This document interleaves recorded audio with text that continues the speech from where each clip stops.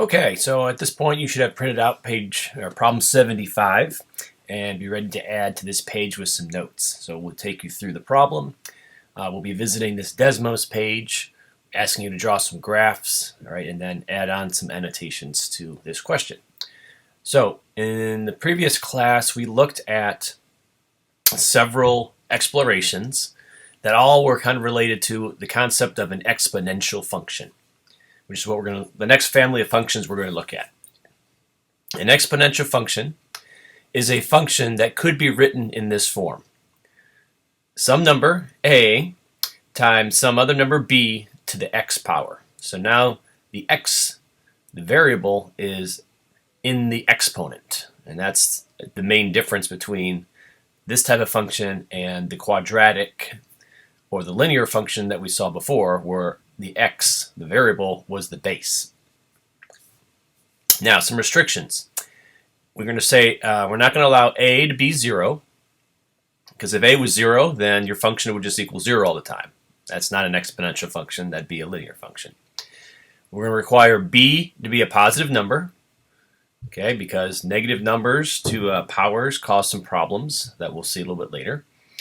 And we're going to require that b does not equal 1. Okay, because again, if b was 1, then 1 to any power is going to be always 1. And so that would not be an exponential function, it would be a linear function. All right, so we're going to go to this Desmos link to explore some things here, and then we're going to answer these questions. What can we say about the graph of f if a is a positive number and b is between 0 and 1? And as b moves from 0 to 1, how's the graph change? Okay. What can we say about the graph of f if a is positive and b is greater than 1? We're going to look at the domain and range for the exponential function, and then we're going to ask ourselves, is this function, or are these functions one-to-one? All right, so in this picture, we have f of x equals a times b to the x, and we have two slider bars. Right now, I've set a to be 1. We'll change that in a little bit. So right now, basically, this a is just 1, so we're looking at just b to the x, and right now b is set to be 2, which is a number greater than 1. So b is 2, and let's talk about what we see here, and I'm going to type some notes here in these boxes here.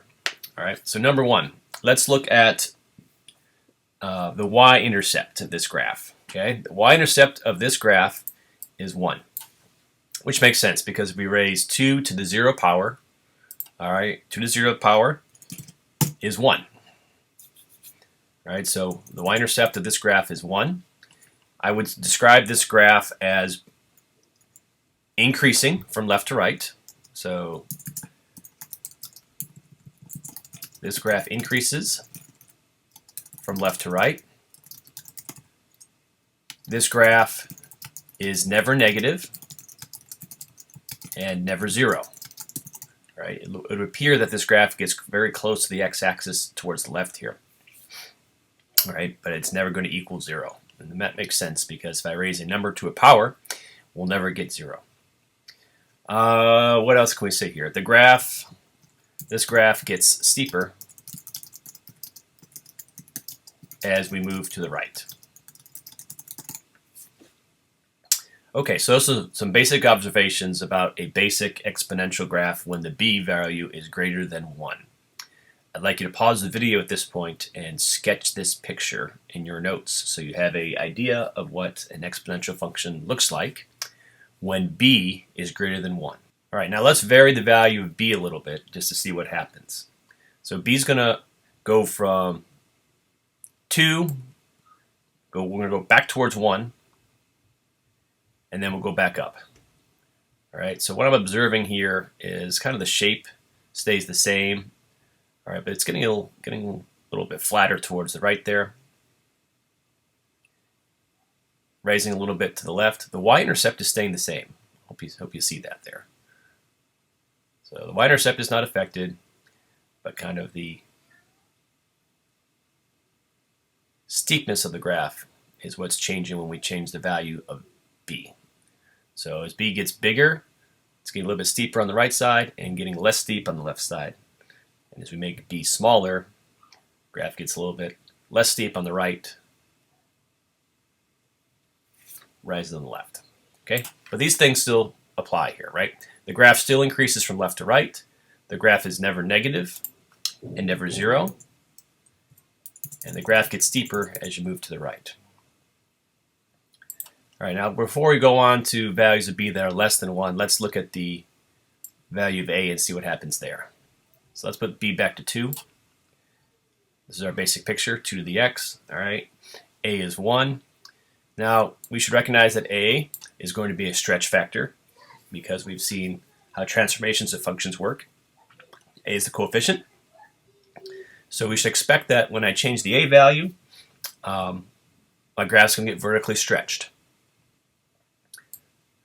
So all the y values, if I change a, are going to be multiplied by that number, right? So as we change a to, let's say, 2, the graph has gotten steeper, vertically stretched by a factor of 2. All right, notice that we still are heading towards the x-axis, but not going to touch it or cross it.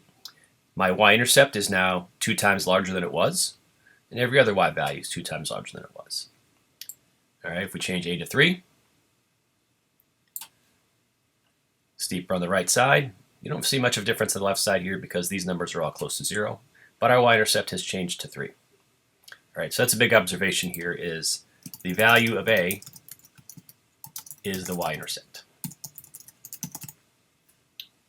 All right, now I'm going to set a back to 1, and now let us explore values of b that are less than 1 and see what happens to this graph.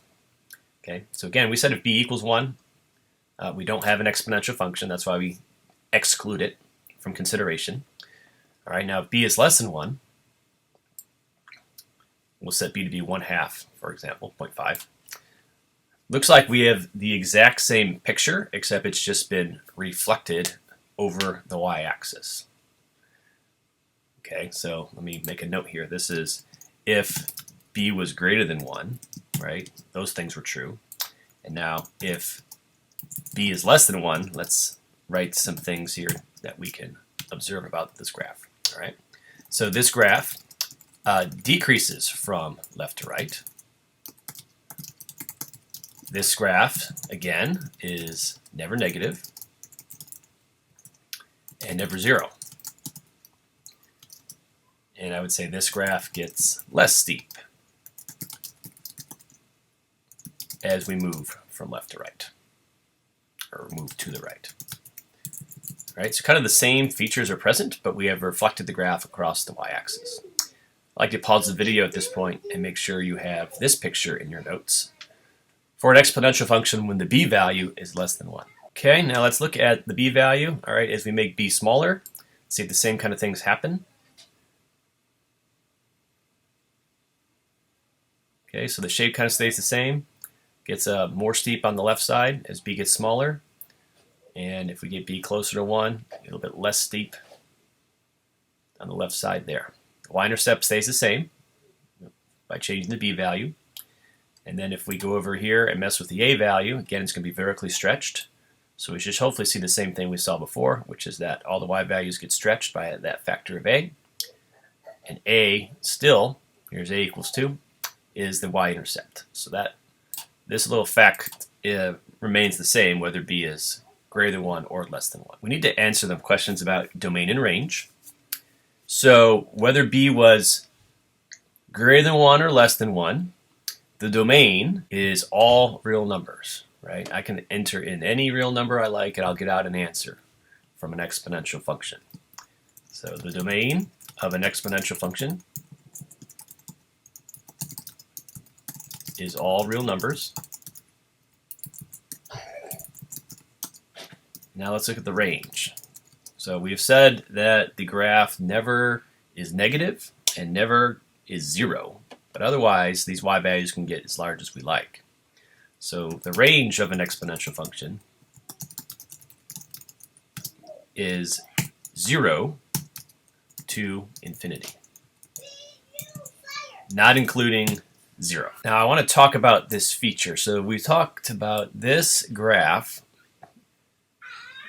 is going to get very close to the x-axis, but it's never going to hit it, right? So I'm going to zoom in here, right? So we can see like there's still a gap here between the graph and the x-axis, and I can keep doing this as much as I want. Move farther to the right, zoom in. This feature has a special name in mathematics, and so we're going to give this line, which in this case is the x-axis here, a name, so we can refer to it in the future. So the x-axis, which is the line y equals 0, horizontal line, is called a horizontal asymptote for the graph of an exponential function. So what that means is a line that we can make our graph get as close to as we want if we go far enough either to the right in this case or to the left in this case. Okay, so I'll write that down here. So a line, in this case a horizontal line, that our graph can get as close as we want to by going far enough to the right or the left. So we'll refer to this term in the future so that we can move the horizontal asymptote if we need to as we transform exponential functions, which we will. All right, and I think the last question here was, are exponential functions one-to-one? So if you recall, one-to-one means every output has only one input. Another way of saying that is our graph would pass a horizontal line test. Okay, so I think you can see here, any horizontal line I draw, even the ones that are kind of low, right, will only intersect this graph one time. So this function is one-to-one, or in general, exponential functions are one-to-one. And what that's going to mean down the road is that this function has an inverse function, which we will talk about down the road. So exponential functions have inverse functions, which will be important. Okay, so you should have two pictures of exponential functions graphs in your notes, and these key features, these key facts about exponential functions ready to go for class on Monday. See you soon.